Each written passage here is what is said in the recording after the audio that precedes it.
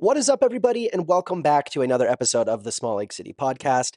I'm your host, Eric Nilsson, and it's no surprise that Salt Lake has a pretty creative scene. From the inspiration of the mountains and all of the beauty that it has, it's no surprise that people want to capture it in different ways. We've had a lot of artists on the podcast that have captured it through that medium, but there's also a lot of photographers. And there's one place that has helped people get into photography in an easy way via rentals and upcycling to help get people into photography in the easiest way possible. And the place that is doing this is Acme Camera Co., which was founded and owned by Jacob Nuttall. And we sit down with him today to talk about how he got into photography, growing up in the Uinta Basin, how he found this passion, and how he still chases after it today.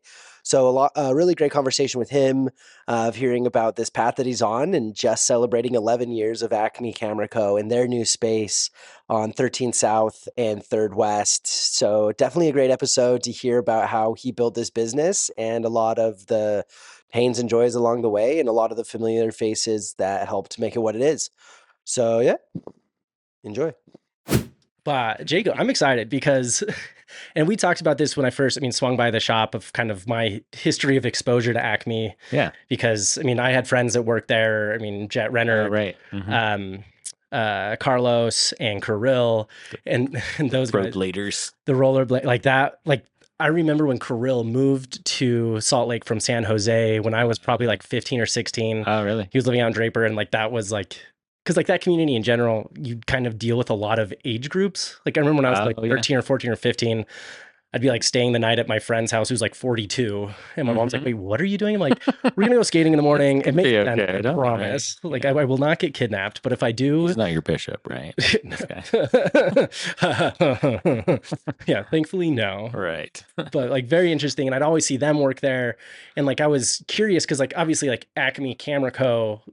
to do with cameras. And then I would see Jet like fixing cameras. Yeah. And it wasn't until I kind of looked around more and I came in that it made a lot more sense. Yeah, that was a fun era for sure. Like we had a good time. As even when I came by, plenty of goofing around and some productivity as well. Best in tandem, because like, and I'm sure that's not the first time you've had. Great people come through, work for a little bit, go on to do something else. But yeah, it was fun to see that time of them. It's kind of when they all got into photography and really jumped in. So they're doing some cool work for sure. Yeah, like even at the 11-year party, which I went to, it was fun to see one of Carlos's pictures on the wall. Yep. Yeah, we tried to get some of the other guys, but we didn't hear back. But it's all right. Probably out fishing somewhere. Probably could have just pulled some from the archives, but yeah, you get what you can. You get what you can. Yeah, that's all good. Well, Jacob, I'm stoked to have you here. I'm obviously founder, owner of Acme Camera Co. Been around now for 11 years. Celebrated it 2 weeks ago. August 1st was the technical date. Yeah, that, so. 801 day. Yeah, that was a busy day because I went and stopped by your guys' place, had some tacos, hung out, and then there was at Second Summit Cidery. They had a Utah Day or 801 party where they did a cider with the women who run CityCast Salt Lake, and who Ali Vallarta I had on the podcast. So I wanted to go support. Yeah, it was one. Oh, and then after that, I went to at Bewilder Brewery. They had I'm a big Rick and Morty fan. Oh yeah, and they had a screening of the Rick and Morty anime, which was interesting. But it was a busy night. But I had a neighbor who had a tattoo of one of the characters. Good man. Yeah, he was actually a quality individual. For sure. You're like, this checks out. You're like, I don't know about you, but here we are. No, it's great. But Jacob, cool. I'm excited to talk to you more because I love kind of the community that you've created around the company, and it's so fun to see, even at the party, just to see how many people showed up, how many people supported, and how many people believe in it. Yeah. Especially to see, like, I always love celebrations like that because it brings everybody into a place that it's usually people that are impactful or meaningful to your life, and you just get to like sit back and hang out with them all. Yeah, it was a good feeling. It really was. And so we had a employee past and present exhibition of like one photo from each person, and we had them do a Google form when they submitted their photos with their name and all that stuff, and they had a little comment section and like some of the comments from previous employees over the years, like total tearjerkers, like phenomenal. I don't know, that feels special. Yeah. just to get like, oh, this was some of the greatest years, or I made forever friends. Sounds like a little yearbooky, but it was really nice to hear. But I mean, I'm sure it goes both ways. I mean, you've probably impacted their lives in such a way, and it's rare that you get to be able to get that feedback from people and be like, oh, like, because you never go up to them and be like, now tell me how much I mean to you, Exactly. But, luckily, one of the employees kind of put that together, so I kind of have a degree of separation. There you go. Makes it a little bit more natural. Yeah. Well, I mean, it is natural that way for sure. Right. Even then, if you went to him and be like, hey, it was a hard day, like, miss you, hope things are good. He's like, I miss you. Like, it always can go that way. Yeah. But I mean, I want to go back to, how everything started. I mean, for you in your life, I mean, were you born and raised in Salt Lake, or where was the original home? So I was born in Vernal, Utah. So was my grandmother. My mom, so my grandpa's from Roosevelt, my grandma's from Vernal, my mom was born in the Basin. So very familiar with that area. Yeah, cool. They're probably the age of my siblings. That's my guess. Because my parents are very old. Noted. Anyway, they moved there in 66 and moved out in 75. Okay. Or no, not 75, 82, something like that. So what was growing up in the Basin like? Yeah, I was a little kid, and we moved when I was 8. So it was probably the ideal place to be a little kid. Because you could just ride your bike everywhere. You could really not get in trouble at that age. My teenage brothers and sisters got in a lot of trouble, though. But you not nearly. There's a lot of illicit stuff going on in Vernal those years. Yeah, things have changed since, when was my mom born? 1956. Yeah. So it was like nice and cute, and then now it's like, it's a little. I have a brother who's probably her age. Wait, what's your last name? Nuttall. I'll have to ask her. We had my dad had a business called Basin Nickel Ads. Okay. That I think just shut down a few years ago, actually. When it's a small area. So very small. Like my mom actually just went back for her 50-year reunion at Union High School. Mm-hmm. And she's like, there's a lot of people that aren't there anymore. I'm like, Was it Uinta or Union? Or sorry, Union. Did I say Uinta? You said the other. Oh, okay, good. Union High School, where she was in the science club and the cheerleader once upon a time. Yeah. She still has her cheerleading outfit. I know exactly where it is in her house. And it fits perfectly, right? Perfectly, yeah. Hasn't missed a day. Nice. But I mean, at this time, was photography any sort of part of your life, or were you involved with cameras, or were you just worried about where you were going on your bike that day? Probably one of the earliest memories was my mom. There had just been like a kind of maybe a late snowstorm. Okay. So it was a big storm, and it was like, oh, let's go out. She wanted to take pictures in the snow, probably snapshots of me as a little kid, whatever. And I remember like kind of handling the camera and taking some pictures and trading spots and just kind of playing in the snow and whatever. And then I remember asking something about what kind of film was in the camera or something along those lines. And she said, oh, it's black and white film. And I'm like, really? I mean, obviously, there's deep love for black and white here, but at the time, for some reason, that registered as an important thing one way or the other. Yeah.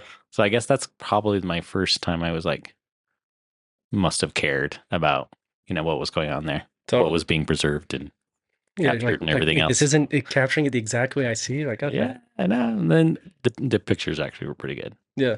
Do you still have any of those pictures from? Yeah, they're all in like photo albums. Oh, that's awesome. Like, my mom took quite a few pictures over the years. And it's like I always. Sorry. I was just going to say, it just kind of etches those memories in your brain. Totally. And like my mom's in a project right now. I think she's been in the project for like 2 years, but she's going through all of our childhood photos, organizing them by people, by place, by year. Yeah. Which is a lot. And I always like, Mom, just go have someone else do this. Like, you don't have to do this. You don't have to scan this all and make it happen. But she'll always send pictures as she's going through, be like, oh, remember this? Or like that. And it's so fun to have. Quite the journey to go down. Yeah. One of my daughters is turning 19 this year, and it's her golden birthday. So it's the 19th on, 19 and 19. So anyway, we've been printing a picture every day this month. And so you go back to each birthday over the years, and it just conjures up so much stuff. It's so fun to do. Mostly good. Couple bad things, but not everything's sunshine and everything with her was great though. Yeah, that's a good way to put it, especially when you're being recorded. Yeah, absolutely. Because so my dad was always, it was kind of ironic because he was a photographer and would always take pictures when he was there, but he wasn't really around a lot, so he wouldn't take pictures. Yeah. But then that inspired my oldest sister. I mean, she went to BYU, studied photography. I mean, she's full-time mom. Oh wow. But still, there's a lot in there, yeah. But she'll still, shoot as a second at wedding photography. At weddings for friends, do family pictures and that. So there's always been someone in our family that's been deemed like the photographer. Yeah. But I'm always so envious of the kids that grow up now because it's like, oh, like, for example, like my niece and nephew who are 8 and 9, I'm like, we can go back to the day you were born. Yeah. And almost fill in every single day, know everything that happened. And there isn't a couple hours of the day, probably, when they're young. Oh, absolutely. And so it's funny now when look, he's got food on his face. Let's take a picture. Yeah, take a picture. Take a picture. Spaghetti's everywhere. Take a picture. Yeah. He's outside naked. Take a those sort of things. Yeah. And then now it's kind of whatever. Go stand next to your sibling and do it. But it's always fun to have those moments to capture, especially when you have a 19-year-old, because that wasn't always smartphone time, and especially growing up and you went to Basin, like that's a very different smartphone time. Yeah. Or no smartphone time, I should say. Yeah, exactly. So your parents are there from 66 to 83. Yeah. And then is that when you moved up to Salt Lake? Yeah. Yeah. So the economy tanked there because it was all based on price of oil and gasoline. So anyway, they sold their business there. We moved to West Jordan, Utah, which, wasn't my favorite spot at the time. Kind of still isn't. But wasn't much going on out there. The people are good. That's all fine. It was a weird transition for some reason. It felt almost more small town than Vernal, just because it was very suburban, but kind of really spread out at the time. So like you had to ride your bike 15 minutes to go to like a store, go get candy or something. Yeah. And it's not Vernal or like those towns where it's like, here's the downtown, here's everything. Oh yeah. And everything was just right there. Yeah. Yeah. You could go to the little grocery store. You could do everything really fast. So anyway, that was sort of a formative period, though, in relation to my opinions on community and maybe city planning. Even just started to develop some opinions on those things. What other stuff started to develop during that time? Did you have any sort of passion start to come up? Did photography start to take a grasp then, or what was taking up a lot of your time? Not quite. So yeah, just being a kid, toilet papering people's houses on the weekends. Trampolines, bicycles, just very standard stuff, I'm sure. Just a good upbringing. Yeah, but liking to draw and some of that stuff too, Would you say you're pretty, at least artistic or creatively inclined growing up? Or I was always I like to draw pictures of like cars and trucks. Okay. That was like my gig. Cool. Because I was into cars too. So yeah, so there was a bit of that creative side, and I tended to my mom was always disappointed that I was picky about what clothes I wanted to wear. I was like, why why can't I just buy you whatever? Yeah. No, I don't like that.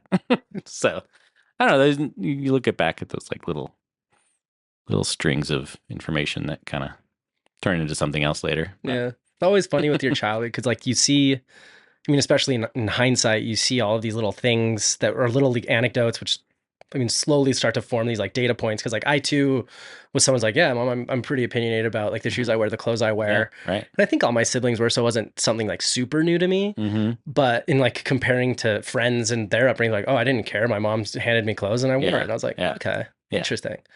But I was also too one of those kids. I'm like, oh, I don't really want to be home. I'm gonna hop on my bike, go to my friend's house. And always shenanigans, always some sort of something going on. Yeah. Sitting still was the biggest nightmare. Yeah. There was no part of that. Yeah. No, boredom was not allowed.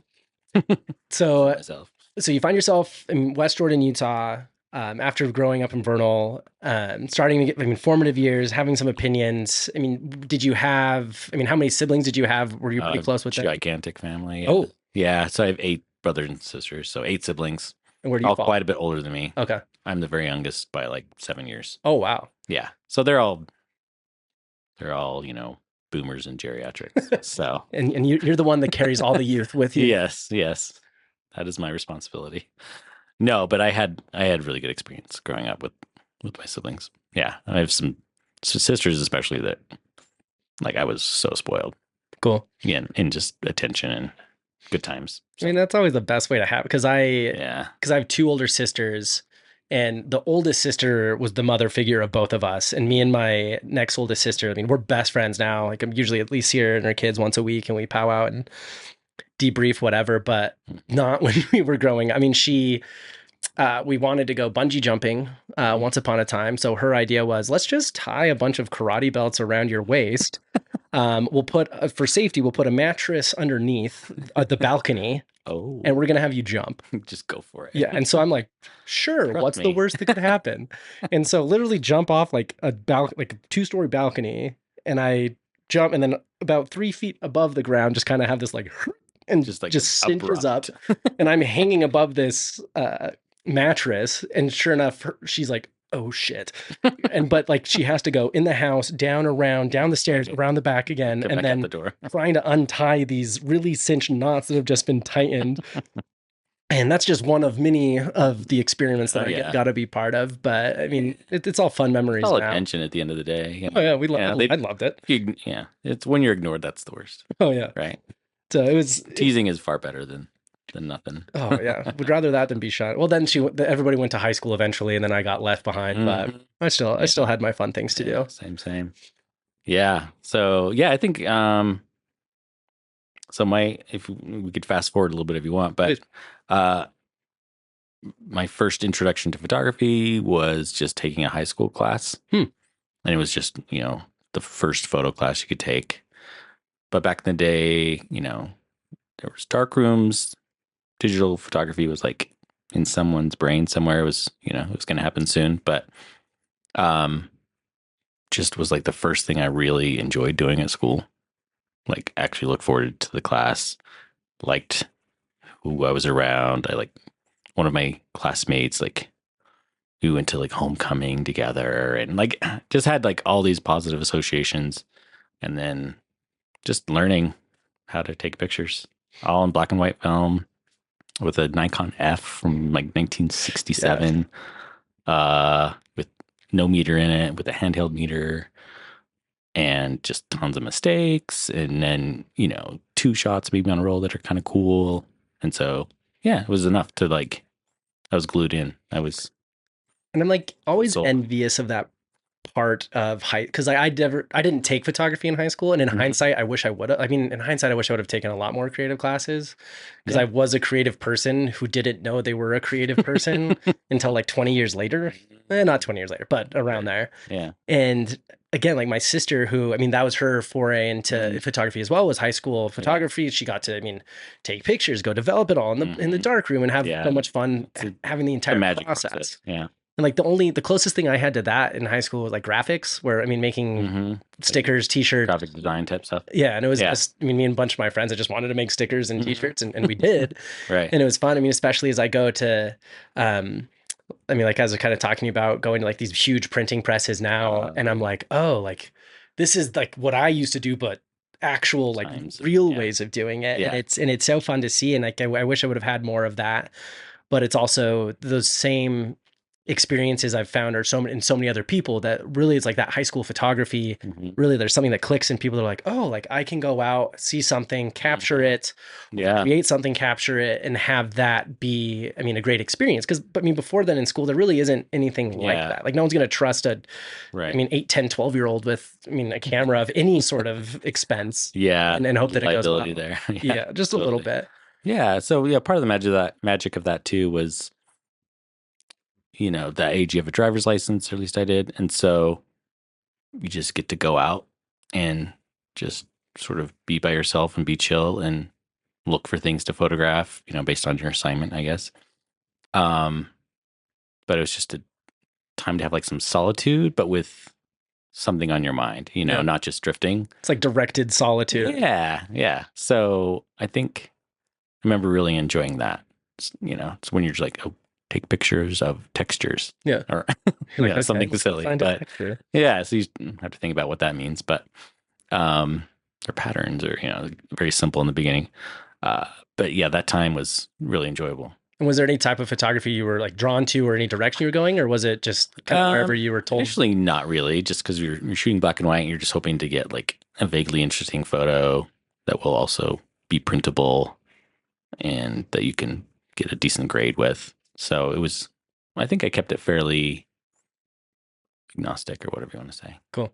I mean, it's also nice because, like, I mean, it'd be daunting for somebody like, all right, here's a camera, go do whatever you want. Yeah. That's a lot to take in. But to be like, all right, like, go take a picture of a tree. Go take a picture of a landscape. Go do a portrait of this. Here, do this in black and white. Do this in color. Is at least a good like checklist of things to go down. Yeah. And I had a great teacher, Horst Holstein is his name.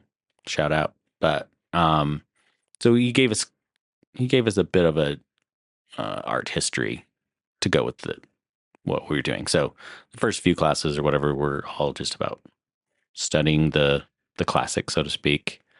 And then the assignments were kind of based on more like broad ideas versus like a picture of that thing or this thing. It was more concepts. Mm-hmm. And that's a great way to start. What high school was this at?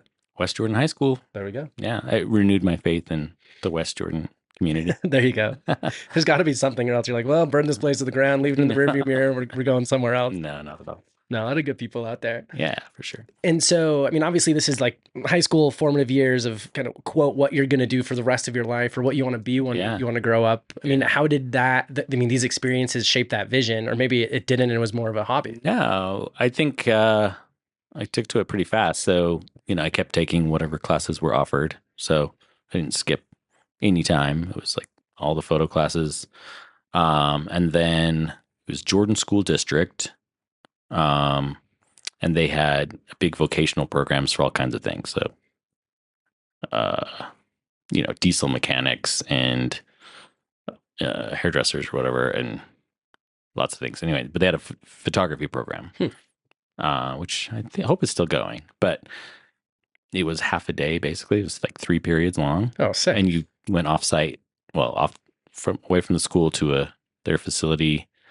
And we had a color darkroom with an auto print processor, a studio space, a gigantic black and white darkroom,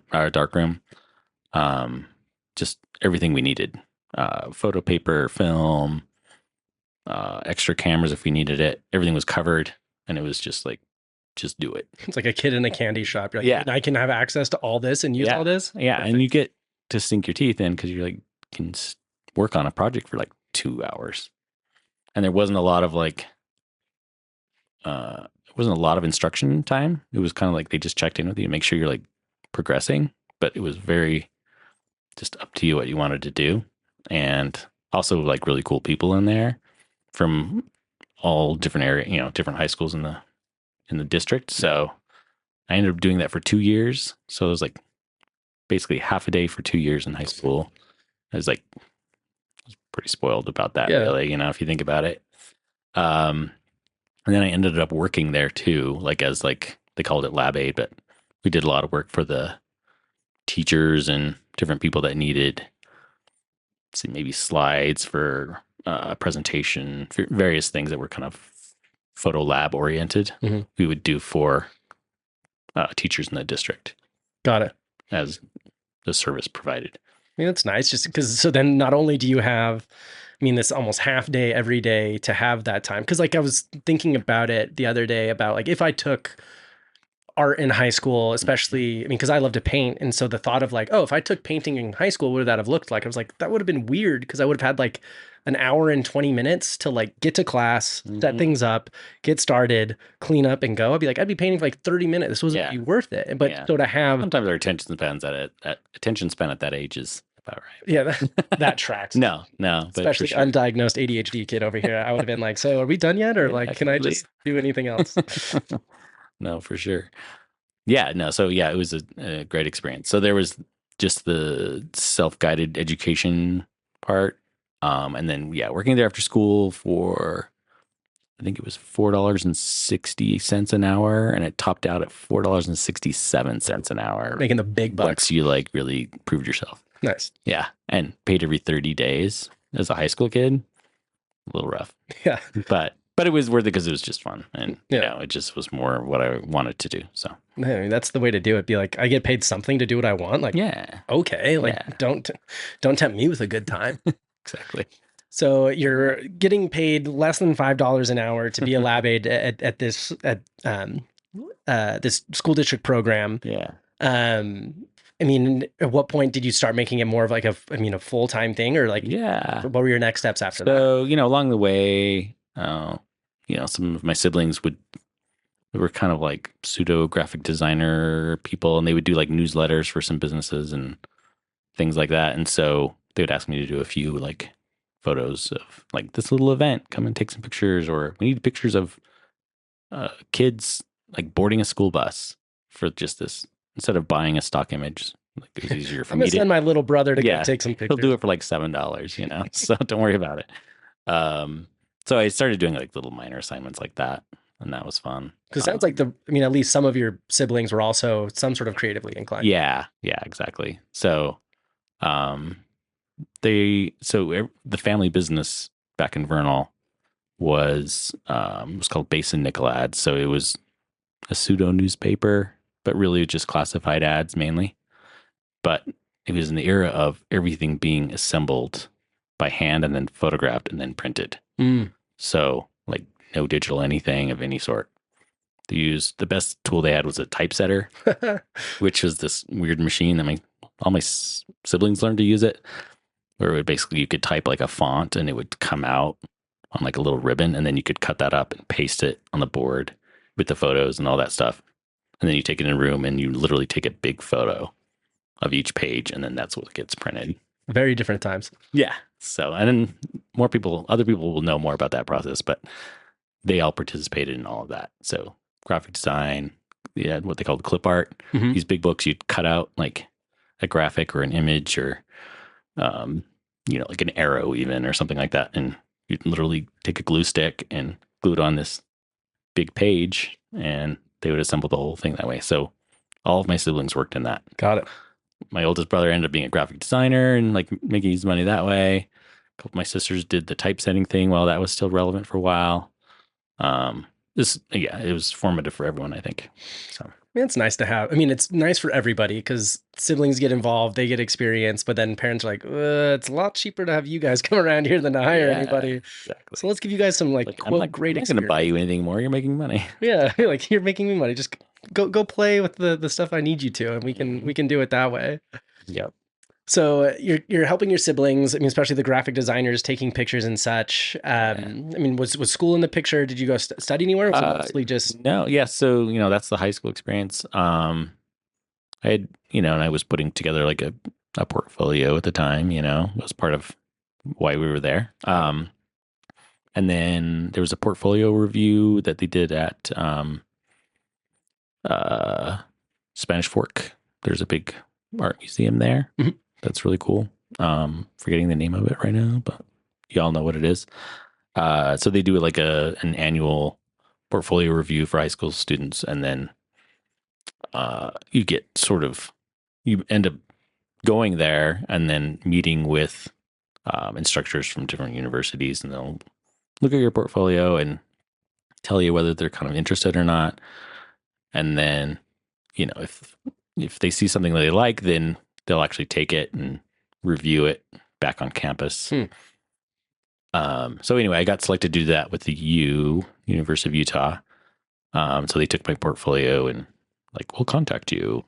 And so I did that, and I ended up being like first runner up for a full ride, like art scholarship. Oh. But first runner up. Yeah. The best loser is always told me. Yeah. Finest loser of all time. Yeah. So, unfortunately, the kid that got it, like, he didn't pass away or get cancer. So dang it. I didn't get it, mixed bag, right? Yeah. So yeah, that was, Brush with Greatness or something. But, yeah, so that would have been cool, but the story ends well anyway. So you runner up in there. I mean, at this point, I mean, what do you want to do with photography? Do you still look at it as like a career and something you want to chase? I was probably, through my senior year, I was pretty fixated on that. That's what I was going to do somehow. Okay. So, the trick is it's really hard to form an actual photographic career, especially if you're not like a photojournalist or something that's really kind of more narrow. Mhm. I started getting fixated on wanting to be like a fashion photographer. Got it. So thought that would be cool. That seemed to be what I kind of gravitated towards. But that's a path, like especially like West Jordan. There's not a lot of like fashion scene. Yeah, not East quite Salt LA. Lake City. There's not even a fashion scene. No, very different world. So I was trying to figure that out, and trying to get a job as being assistants and stuff like that. And it was kind of rough. It's hard to find stuff, but yeah, eventually you do a little photo work here and there, and worked at Park City for a couple of years on the winter ski slopes, taking pictures of That'll do it. of all the semi-happy skiers up there. Yeah. Some happy kids, some not so happy parents. Yeah. I mean, that's what we were big customers of even today, we go to my grandpa's basement because he was the one who taught us all how to ski. And we go down there and it's like, oh, here's the like all of these pictures of all of us skiing throughout the years, usually at like the exact same place at the exact same time. Yeah. Taken by the people. Yeah. Oh, yeah. Yeah. So, yeah, Park City is probably like the heyday of that stuff because it was all still film. Mm-hmm. And yeah, you just had to get it right. Yeah. Because like, first of all, it was a commission-based thing. So if the picture didn't turn out, you didn't sell anything, you didn't make any money. Second, like your boss would be pissed because he's not making any money either. And then third, the customer's pissed because they wanted a photo. Yeah. Everyone wants it to work out. So you really get a lot of practice because you're just doing a lot of work every day. You have to make it happen. And then you also have to like deal with people from like New Jersey or, places where a 20-year-old from Utah isn't used to like this level of like tension or, just various personalities from they're spending worldwide. thousands of dollars to come here and they want this picture to show all their like, friends. damn it, we're going to have fun and it's going to look like we're having fun. Yes. And if you're not smiling, I swear to God. Yeah. Oh yeah. They'd scream at each other. And then I'd be like, okay, so let's chill out for a second and smile, It's just like maybe not hate each other for a picture. Yeah, like you have to be the mediator in these weird situations. But it was very educational and like really cool people to work with. Skied a lot, took lots of pictures, got really cold. Spent a lot of time driving up and down the canyon. Mm-hmm. But yeah, definitely a formative experience. It was great. Got it. Really good. And so I know that eventually the retail side of things, especially the service side of things came together. Because I know you were a picture line for a good amount of time. Yeah. Is that when that started to come into the picture? Almost, yeah. So what I was doing is I was doing winters at the Park City Resort. And then the other part of the year I was working at what was Inkley's at the time, which was technically Ritz Camera. But so I was doing like camera sales and so on. And then it would get to the part where it's like basically slow season for retail, which is like, right after Christmas. And then I'd go work in Park City for a few months and then come back. And it was just kind of a win-win for everybody. So yeah, that's how it sort of mainly started. So, and how did you like that experience of being more, on like the, not necessarily sales side, but like retail side compared to being the one behind? Yeah. It was good. And, I guess to back up a little bit, I did spend a year in Richmond, Virginia. Ooh. I had a sister that lived there and we hung out for a while, and I was kind of had two jobs for the most part. One was working at a little camera store, 1 hour photo place. And then also kind of regularly assisting a wedding photographer there.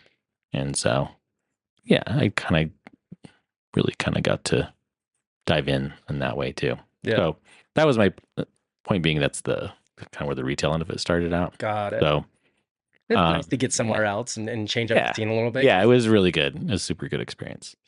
I would do it again. But yeah, so and then I'm working at Inkley's, and I essentially got, I guess, recruited, you'd say, maybe. They came in, some people from Pictureline came in and were like, hey, give us a call or whatever. So you're like, all right, they want it's time. Yeah. So it felt good at that time. You're like, that was definitely like a step up, and it's nice to be like recognized for like doing something well and being like, hey, we see what you're doing. We want you to come be a part of this. Yeah, it was a good feeling.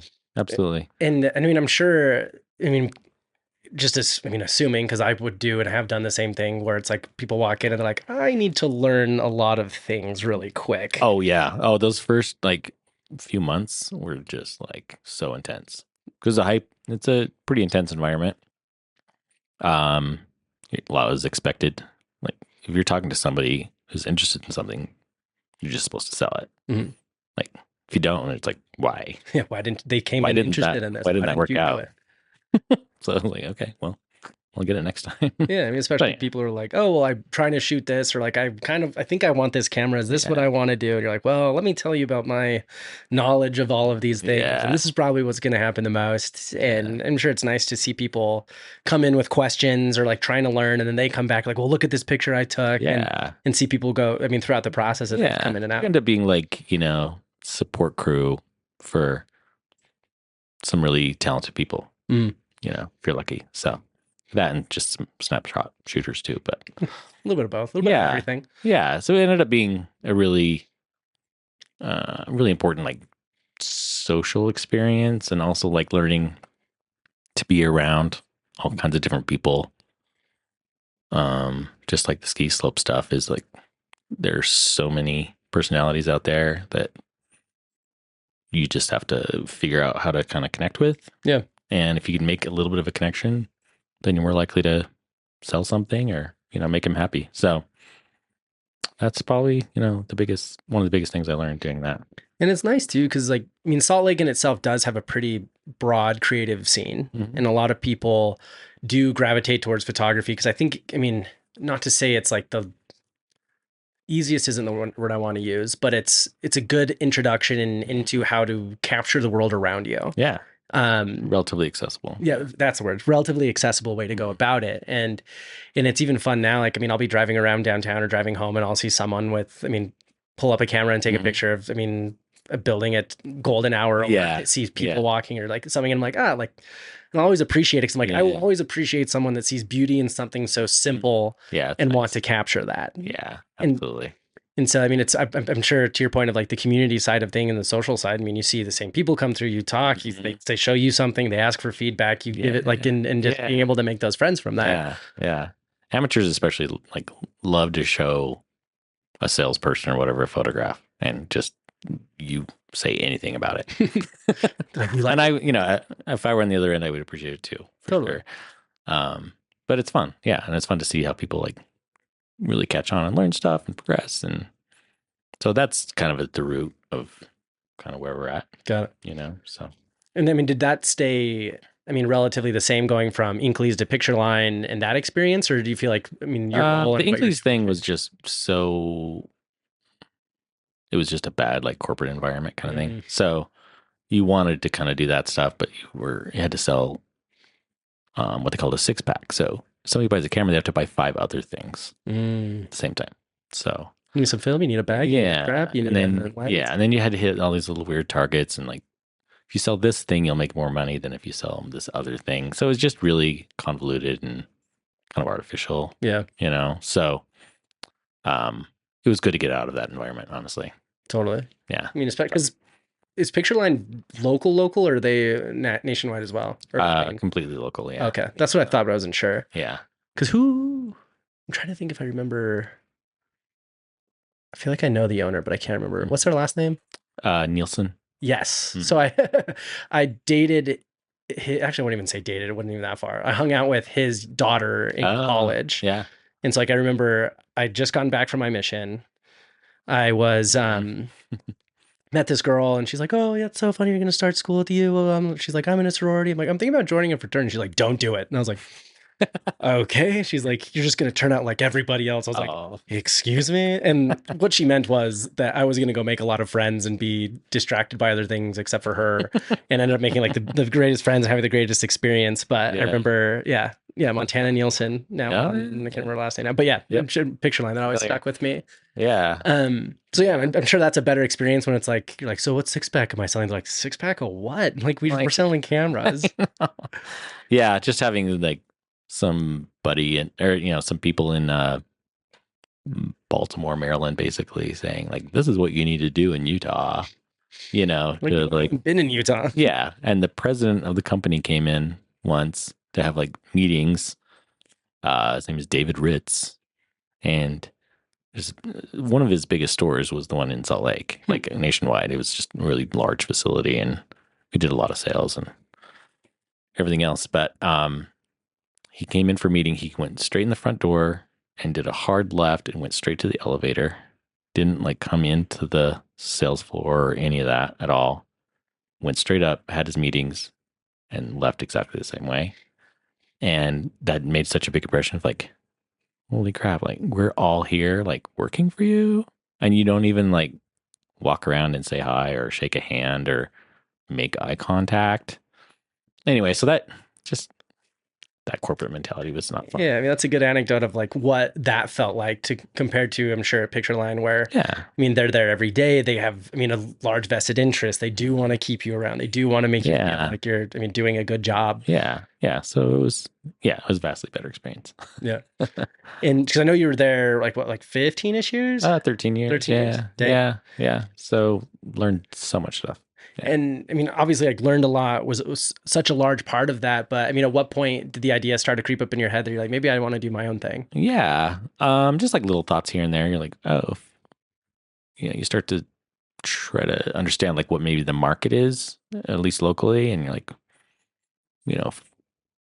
if you did things just a little different, if you adjusted this and did that, you'd attract this type of customer. And you'd maybe sell more of your higher margin products too. And so I just started, developing kind of a vision of what I would do kind of in fantasy world in a sense. So it's always a fun I wasn't always looking to just like hurry and do it, Yeah. And then they asked me to manage a store in Draper. So it was like their first like satellite store, and I guess only one, unless that's changed recently. But so I got to manage a store for, I think it was about 2 years. Nice. And that was a good educational experience too. Yeah. That'll teach and it was right in 2008. So complete like financial crisis era, if you remember. So very dark time. Yeah. And then, brand new retail store selling fairly high-end items. It was kind of like timing was a little off, but yeah, and you couldn't predict it, but we made it work for a little while. Yeah, and I'm sure there was so much, because again, like from your perspective, you're like, oh, okay, well, I might do something a little different if I did my own thing, or this might be my like niche of customers. Mm-hmm. But I'm sure being able to be like, okay, like Jacob, time to run your own store in Draper, and I'm sure that was a lot of great experiences. A good amount of support, and I didn't have to worry about a lot of the fundamental things as far as like buying inventory or, a lot of that was just done, which is great. But yeah, it was like, how do we do? Okay, so trade secret maybe, but we had to do, at the time, 2009, 2010, we had to do $7,000 in sales a day, which was small for that organization, but for this little store, like that was kind of a big feat. Yeah. Like, and, we were selling products that were relatively expensive, so it kind of added up. But there's some real pressure, and I wanted to deliver. So me and a couple other guys and girls that worked there doing that, we had a lot of camaraderie, and we did so many things to try to be creative and get people in the door and keep them there. And it was a really super fun time, actually. I mean, that's fun when it's like, when people are gathered around a common goal and feel like somehow part of it. I mean, that's when like great thing, like magic happens. Yeah. When you have corporate America saying, well, here's what you have to do. And I don't know you personally or really care, but as long as in this area is not up to par. Exactly. And then so when you have that camaraderie, I'm sure those are people you still have some sort of contact with today. Cause it's, I mean, imagine you all ended up in some sort of same arena. Yeah, for sure. But yeah, I mean, because as you alluded to, you have these ideas. You're like, well, if I did this is probably how I would do it. Blah blah blah. I mean, and at what point did those start to become like realistic steps and things you want to pursue? So, like as anybody might experience in a job you've been with for a long time, things start to change gradually. You change yourself. The business you're working for evolves and changes, and anyway, let's just say we grew apart over time. It happens So, with a lot of relationships. yeah, it's fair, I think. And it was, it was difficult at the time and all that, but so I was a little like unhappy at work. And so then I would think about it more, like what would I do if I could just do this, And then I started to feel like I could, started to feel realistic somewhat. Yeah. So like I can do 7,000 sales a day. Like I did that here. If I if feel I like could if I could do half that or a quarter of that, I'd be fine. Yeah. It's So nice when that like confidence starts to build. You're like, I could do this. Like it's no longer this ambiguous dream and seems so far fetched, but instead you're like, I'm doing it this way, and if I do it that way, I feel like I could do this. If I scale it right and do all that, yeah. So, long story short, I got let go in like February of 2013, and so I just like hit the gas with writing a business plan. Excuse me. And arranging financing, improving my credit score so I could get a good business loan, all whatever things. Yeah. And looking back, it's like kind of shocking how fast you can do things sometimes. When you're, motivated and excited and everything else. So, mid-February, let's say, kind of started doing everything I could do. I had a really great mentor, who was then the president of Celtic Bank, which is here in Salt Lake. So we'd sit down, maybe once a week for a while, and he'd tell me all the things basically not to do, and it was always good to have someone to help you. It turned out to be like dead on with pretty much everything. So, and he's like, almost nobody makes it past a year. No, nobody makes it past 5 years. Like, okay, and like bring it on. And here's the invite to the 11-year party. That's right. I'm going to do it. Like I might die doing it, but I'll do it.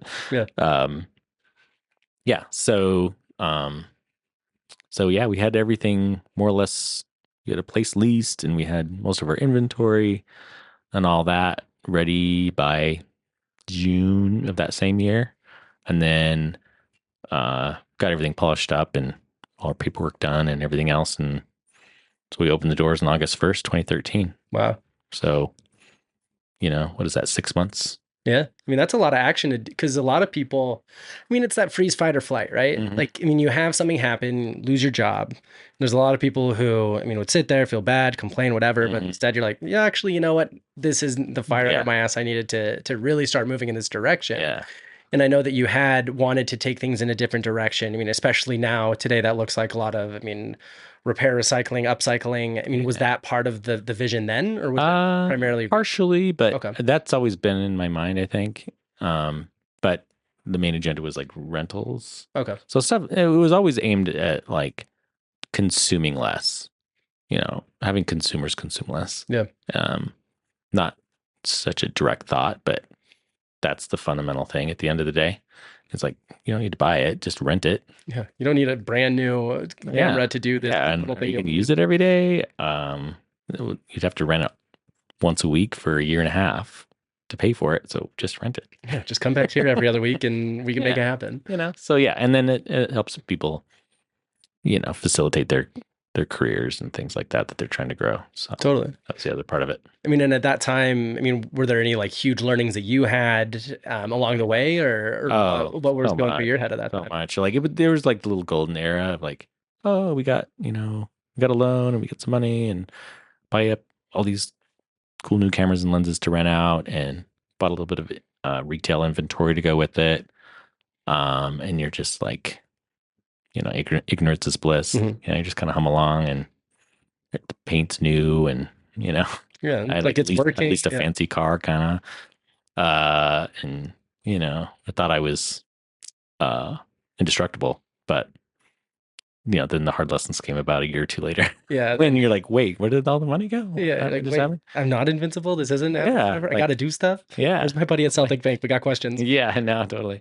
So, and you kind of get lured into things, and you're like, oh, you should do this thing, you should do that thing, and do these trade shows, and you should have this vehicle so you can look good and you can deliver things, and I don't know, some status things like that. And American Express is like, you should have a platinum charge card.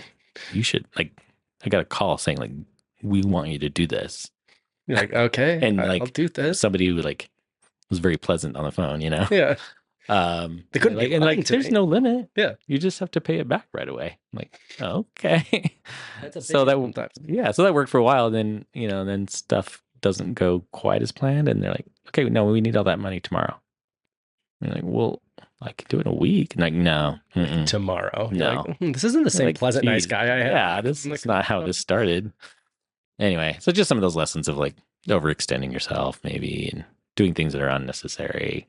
And you're the only Unnecessary person that's cost. ever done that. No one's ever Oh yeah, overextended yeah, themselves as never. a business. There's never been a tech company that's laid off hundreds of people because Exactly. they overextended Because themselves. they had to have, 6, table tennis tables or whatever. Exactly. And I mean, at that time was motivating you to keep going? Because I mean, it's got to be hard, especially when, there's people asking for money. There's a lot of demands. I mean, things don't go as well as you would think sometimes. Times go better than you ever thought they would. Yeah. I mean, what was your motivation at this time to keep going? Gosh, like something about like you're being still in your 30s. I don't know where you're at, but I look back and like there was so much energy. I don't know. I had so much more energy. And I was committed and excited to do it. So I just like work 60 hours a week without flinching and like run around, like really getting stuff done. Nice. So that was the backup plan, I guess, was to work hard. I mean, it's always a kind good of work plan, because when you have, there is something great that when you are the one in control of everything, because again, you don't have this huge corporate entity that says, here's your numbers and your KPIs, go deliver it, or even having, here's our second store we're going to have, go do this. Yeah. And if you don't do well enough, then you're out, or whatever, or have the market turn and have no control and then be out. But to have yourself be in control of the direction where to go, but then also realize like, I'm the one doing this. Like if it goes well, hell yeah, I did it. If it goes bad, it's like, well, hell yeah, I got to fix it now. No, I had no fallback. Yeah. Like I don't have like family with a bunch of money, or, that could be like, oh, you having a hard time? Here, let me lift you up for a minute. The ships are burnt. You're working on it. Yeah. It's like the most stress I've ever had in my life for sure.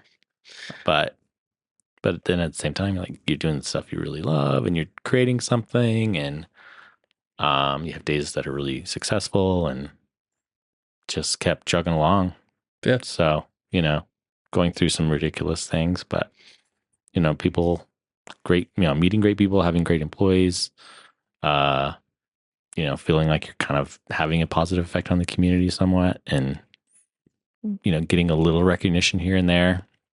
We got like City Weekly Best Camera Store in Utah or something, a couple of those like little things that seem minor, but they were kind of a boost at the time. Totally. I mean, especially as you're starting up and you want, because again, like you get a little placard and all that. You need all these things, and you do want some sort of like everybody loves recognition, whether they're people who say they hate it or don't. Like at the end of the day, it's very validating, especially when you have this vision, this goal, this company you want, and for someone to be like, hey, like, good job. Yeah. Like that doesn't happen a lot, but when it does, it feels good to have. Yeah, it does.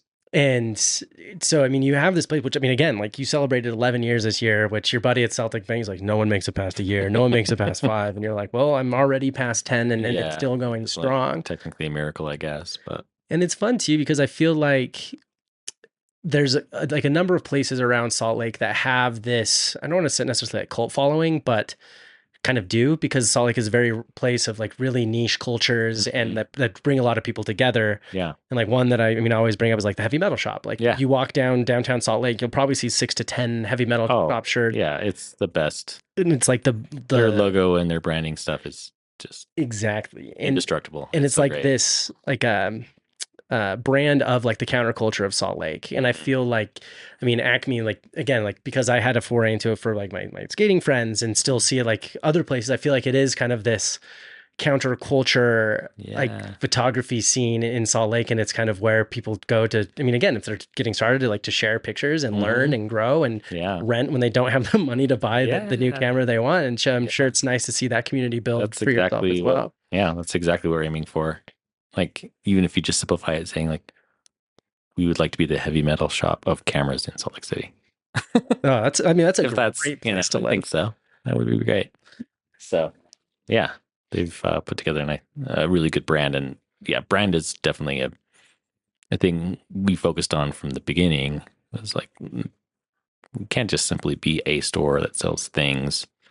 We need to have, like you're saying, a community and a culture and some brand recognition. And we need to go outside of our Salt Lake City boundaries as much as we can. Be more than just a building in one store. Yeah. You know, It has to have a soul behind it, or else why would anybody else go there otherwise? And give people a reason to be like, oh, we want to go there because it has a certain feeling and a vibe, and they don't always have what I want because they're not a big place or whatever, but I still go back because I enjoy it. Yeah. Good people, good destination. Company. Yeah, it's a destination to go to. Yeah. And I know, I mean, again, to your comment of, I mean, going outside of Salt Lake walls and other things, I know that you've had a lot of fun, like partnerships and collaborations. I mean, one of which being like Urban Outfitters that you're a part on their site, but how did that come to be? Yeah. So it's kind of a funny story. We had some really great employees at the time. Alana Beasley is one of them. Super cool. And a couple of people, and we were just browsing through Instagram at stuff, and there's a guy in LA selling 2 Kodak vending machines, which we still have it. So we bought one of them. It's too much money and it was too much effort, but so we flew out there, rented a truck, and drove it back. All kind of disproportionate, amount of effort. Fun adventure. Yeah. And it was a family experience at the end of the day. But we just, made some like Instagram story stuff out of that, picking it up and put it in the truck. And so apparently some of the buyers from Urban Outfitters were following our Insta stuff and saw that story and like contacted us because they were like, that's so cool. Like, how did you get that? And, they were kind of infatuated kind of with what we're doing, but also with this Kodak vending machine, which was cool, but not really an asset. But these not in literal sense. But anyway, they thought that was cool and fun, and so they're like, we'd like to do a conference call with a couple of you guys, and so it was me and Alana, and then a couple of people from their staff, and it was pretty nerve-wracking in a way. But it was cool. And they're like, well, we'd like to set something up. Like we want to buy point and shoot cameras from you. And so it was kind of beginning-ish of point and shoot 35 millimeter film cameras being popular or getting popular. And they're a relatively cutting edge company. They certainly know when a trend is happening and know how to address it. So yes. So we were an avenue for them to be able to sell those on the regular. So, so they walked us through all these steps. We had to fill out enormous amounts of paperwork. We had to order these special stickers. We had to put it in the right kind of box. Just lots of check marks for selling to like a big entity like that. But we had good people on staff. We figured it out, and then we sold them. We'd send them like boxes of like 50 prepackaged cameras at a time. Wow. And they, pay us in a couple of weeks, and we just do it again. And so we did that for a while. And then they'd sell out in like 45 minutes just through their website. Like, that's easy. They didn't sell them in stores. So it was just mad dash. Like how many can we get? Like one Christmas, we're like, we need to get 300 for the busy season, like that's the goal. 300 point and shoots, like, 3 months to do it, like go. And we just all did everything we could do. How do you source that many point and shoot cameras? Have to look everywhere. Are you just like on, like, do you have something under your couch at your house? You could... Hey, can you go over to your mom's house and just poke around? Because exactly. If you like, I'll pay you something for this. Yeah. Yeah. So you look at, various, I don't want to give away. I was going to say, I'm sure you have it down to a science by now of where to go, who to talk to, your own plugs. But I do love that. I do love that story about them seeing your Instagram and doing, because there's an interview by Tyler, the creator, that I don't know why it's come up like 3 times in the past week, but he's like, hey man, like whatever you're posting on Instagram, whatever you're doing, and you don't feel like people are seeing it or getting the likes or exposure you want. He's like, you're just building like a resume. Yeah. And you never know who's going to be the person to watch. He's like, I'll be on YouTube and I'll go to this channel with like 5 subscribers. Like, wow, this music's great. And reach out to him and then they'll come fly him out. And we'll like record a song. And he gives a couple examples. Yeah. Anything's possible. Exactly. And like you never, and I've experienced that to like some like minor effect here where someone's like, oh yeah, I saw that. Like, let's work on something. Like, oh, like I did not, you were one of those views that we had. And and it feels good. Because it's, again, like you just have to keep doing what's hard. And like, again, those like 60-hour weeks of like putting in the time and driving around everywhere and putting up with all the bullshit sometimes. It all seems futile sometimes, but then but all it takes is like, hey, pick this guy who went down to California to pick up this Kodak vending machine and throw it on a truck to blow up here. And next thing you know, you're on a conference call and getting all these stickers and packages to ship out. And then we had the staff that could handle all the nitty gritty of like putting on these 3 different foil stickers on the box and scanning it to match up with this other spreadsheet. And so it was kind of having that creative component, but then having some people on staff that were like, oh, and we'll figure out the technicalities and make it work. So which is hard to find people that are like, I was above my ability, especially alone. Yeah. I mean, there's just no way. And you only attract those people and that talent because you have like, a vision, a community, and something that people want to be a part of. Otherwise, it would be the same thing as your experience at Inkley's of being like, yeah, you know what? Like, I don't like this. And I see what happens when boss man comes through and I don't want that. Yeah. Yeah. So yeah, that was a super fun experience. And then we're still doing stuff with them. Yeah. So, and obviously, like we've alluded to, it's been 11 years since you started down this journey and this voyage. Looking forward, what else do you hope to accomplish, or what does the future look like? Yeah. So, at this point, we're looking to just grow it all. So, we have a new facility we're in, a new store, that we really love being in, and it's really cool space. Yeah, we really love it. It's really great environment, and then it's also comfortable. We have, in years past, we haven't had like great air conditioning and things like this, so it's a great thing to have this time. And so there was some suffering for a couple of summers there, but now we just can focus on what we want to do instead of like addressing like where to put the fan and stuff. So it's always nice to level up the problems and things you want to solve outside of. So that's kind of been the goal for sure, is like, let's just get all that, building maintenance stuff just put to bed, and let's do what we do instead. It's nice to focus on the things you want to do outside of like admin, like to do these like little things that aren't worth my time, but still at the end of the day have to get done. Right. So we're just gonna, we have a student semester rental program we do, which has started to gain a little national traction. Like we're sending cameras like Florida and like Boston area and different things like that in California. So is that high school students, college students? Yeah, it can be either one or both. So largely college students, and the concept is, we're not necessarily the first ones to do it, but you take a photo, you sign up for a photo class, and you're like, well, you're going to need a camera. You're like, well, I don't know if I'm going to like this stuff. Yeah. Or you don't have $300-$400 to buy the right camera. So we just offer kind of the minimum camera that meets requirements, sometimes a little bit better, but always adequate. And it's in a bag, and it has a strap and charger and just all the basic stuff you need. Yeah. And we make sure it always is meeting teachers' requirements for manual controls and all that kind of thing. So we just have been accumulating those units, and then a couple times a year we send out pretty much all of them. That's cool. Mostly ordered through our website. So I'm sure it's nice to see, it all come full circle, right? Because, at one point you were that high school student that's exploring photography, doesn't have enough money to go buy his own nice camera from Inkley's. Right. And then now you get to see these same students be like, oh shit, like I'm curious about this, but I don't have the money and I really want to explore this. You're like, yeah. Like, this is going to be way more affordable. Yeah. And it's not even one of those like, oh, I'm going to go buy a camera for $400. Be like, oh shoot, now I need a cord. Now I need a bag. Now, like, it's actually like $500, $600. Yeah. And what if I bought the wrong one that doesn't actually do the things? Yeah. Then you're shit out of luck in a lot of ways.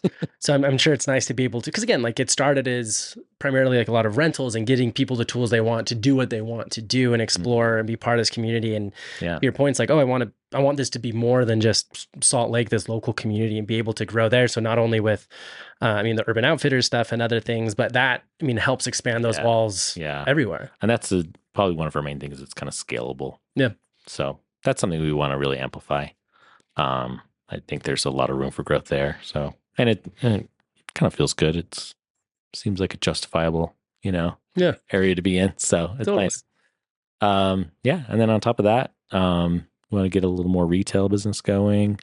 We need to up our rental game. We need to kind of improve some of our gear and get some new stuff. But so nothing radically different than what we're doing, but just try to do it better, more efficient. Just onward and upward. It's never like these great things. It's always like these 50 little things that end up being many great things at the end of it all. Touch on. So our agenda is always to have 5 or 6 revenue streams, and if you can have 4 of them working well at once, then you're doing okay. Perfect. So. And then you use those to experiment with the other 2 and see how those work out. Totally. Yeah. So, but we've got good creative people. We're not really short of ideas, That's the important thing. Just circling everybody up, be like, all right, guys, so what can we do with this? Yeah. And how can we do it for $20? Yeah. Well, I know this guy, like, perfect, call him up. Exactly. No, we always figure it out. But so, outside of, the store itself, what else do you like to do that takes up your time around the area? Yeah. Still taking a lot of pictures? Somewhat, it varies. Less phone, more iPhone. But not too much iPhone, luckily. Yeah. It was a trick question you found. Yeah. No. It's fun to just, there's so many cameras at the shop any given day, so you can kind of just grab something and go do something and then bring it back and, kind of live the dream that you're trying to sell, in the sense of like, don't buy it, just use it. Yeah. So, so we've done some fun stuff. Like our family Christmas card this year was, tooting my own horn, but it was pretty amazing. Walk me through it. I'm curious now. So, a little bit of a story there, but before we finally landed in this spot we're in now with the store, we were sort of in a temporary spot across the street, which was a really quirky building with lots of history, and the previous occupants had just kind of moved out and kind of left everything in place, more or less, as far as fixtures and different things. But there's just all these different crazy rooms, and they had been in business for like 60 years in that space, so there's just a lot of character there. So we were just like, let's just use this for stuff. It's really fun, So there's this room. Apparently, they called it the Love Shack. So, this whole facility is all just like cement floors, metal shelving, pegboard, just very utilitarian. And then there's this one room where you go up these carpeted stairs, like shaggy, kind of marbled brown and white carpet, if you can picture that. Mm-hmm. And then wood paneling, even on the stairwell. Perfect. Then you go up into this second floor space, and it's more or less the only second floor space. And it's certainly the only one that has carpet and like drops tile ceiling, multiple like air conditioning vents, all these power outlets. This like kind of bench that goes around the whole room that's kind of built in, carpeted. A shower and a sink, but not a toilet. It's coming anyway, just like all this like together now, yeah. Like stuff that like struck us as like so odd. And then what looked like could be a bar easily, And then it had this big green velvet couch, probably like a 12-foot velvet green couch or velour, whatever it would be. Yeah. Kind of low rise and really epic. So that got used for lots of different photo shoots, but so I just decided like, well, we'll just do it up there. Like everyone does. I'm just tired of doing like here we are standing outside our house or out in the park having fun with it, whatever. And we've got our cute little Christmas sweaters on or something. So I was just like, how can we do like an old Vegas dimly lit vibe instead? So just set up like one light over this couch that was there. So it kind of just shone down just from one direction. Set up a tripod, Didn't even have a remote. I think I just kept hitting the timer and run and jump and sit in the frame because it was just, we didn't have a photographer. I was a photographer, you were the whatever. photographer, yeah. So, and we just did tons and tons of shots. And yeah, the four of us just kind of lounging on this green couch, and we're wearing kind of like black and dark, darker tones. And Cool. the girls have like lipstick on and all kind of glammed up just a little bit. Yeah. And yeah, people loved it. It was really fun. Yeah, much better than the typical put on your flannel or Yeah. sweater and we're going to go take a picture up It all has Big its place. Cottonwood Canyon. Yeah, we've done that, and we'll do that again. But it was fun to just like really branch out and Totally. do something fun. So that was a fun creative experience. So Are any of your kids following in daddy's footsteps for photography? yeah, they're interested in photography, but they are definitely artists, though, in many respects. So ceramics and drawing and graphic design and all sorts of things, and some photography also. Yeah. So It's still general area of they're creativity, exceptionally I creative think. people. Yeah, They learn from their really dad. talented. Oh well, hopefully. Oh man, no, I love that. Well, cool. Well, want to wrap up with the two questions I always ask everybody at the end. First, if you could have someone on the Small Lake City podcast and hear more about what they're doing or what they're up to, who would you want to hear from? Well, I could probably think of a few places. I'm stumped for a second, though. Okay, we can come back. I'm gonna have to think about it for a second. And then secondly, if I like the people want to find out more about, Acme Camera Company, find the store, where's the best place to go? So really, where we put out the most information, and we've been really focusing on this a lot, is just Instagram. So that's our main social media outlet. Some of that ends up on TikTok, some of it ends up on Facebook, but that's kind of our main venue. We have a really great social media person right now that works in the store part of the time. She's super excited about Acme and what we're doing, and has a lot of energy and putting some really fun stuff together. So that's probably the best source of information. Generally. What's the handle? Acme Camera? Just at if that matters, but Acme Camera Co. Yeah. And then the website is acmecamera.co. And then the business name is Acme Camera Co. Anyway, it's all fairly and then what's the address of the new, I know it's on 3rd West, I can't think of the Yeah. So it's 1388 South, 300 West. Yes. It's called the Engine Block, the building. Yeah. It's a great build. Like there's a lot of, just redid a lot of it, a lot of cool places going in around there. Yeah. Yeah. Great space to have an 11-year anniversary party. Yeah, it was fun. We had some good outdoor space, good support from like the landlord and everything. They've been really supportive with this move, and that's been really great. Good people at Price. Good old Price Real Estate. Yeah. I know them way too well. Yeah. Okay. That's good. Yeah. And then we have just really fun neighbors. Jai Bike is there. They've been there for a little while. They're great and supportive of the new place called Flat Out, which is going to be like race car simulation. The race car. I went and talked by to the tech when I swung by. It's fascinating.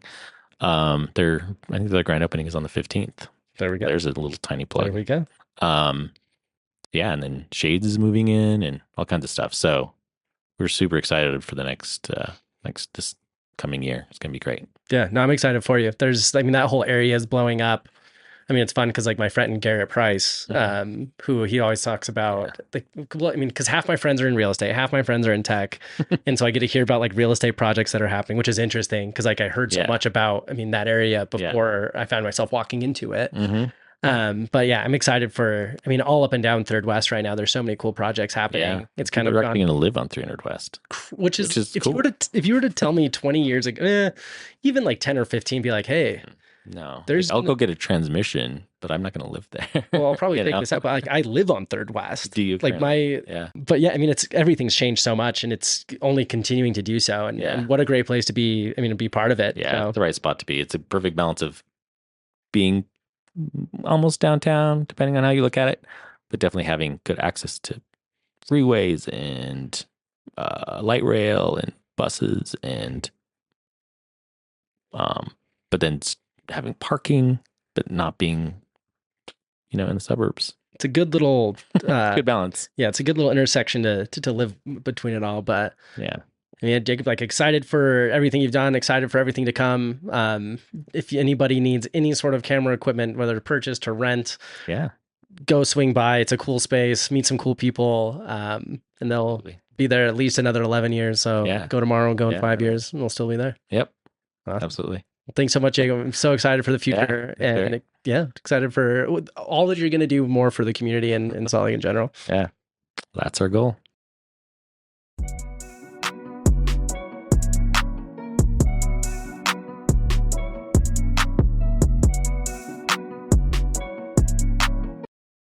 Thank you so much for listening to this week's episode of Salt Lake City Podcast. Don't forget to like, follow, review, subscribe, and share this episode with your friends. And we'll catch you next week.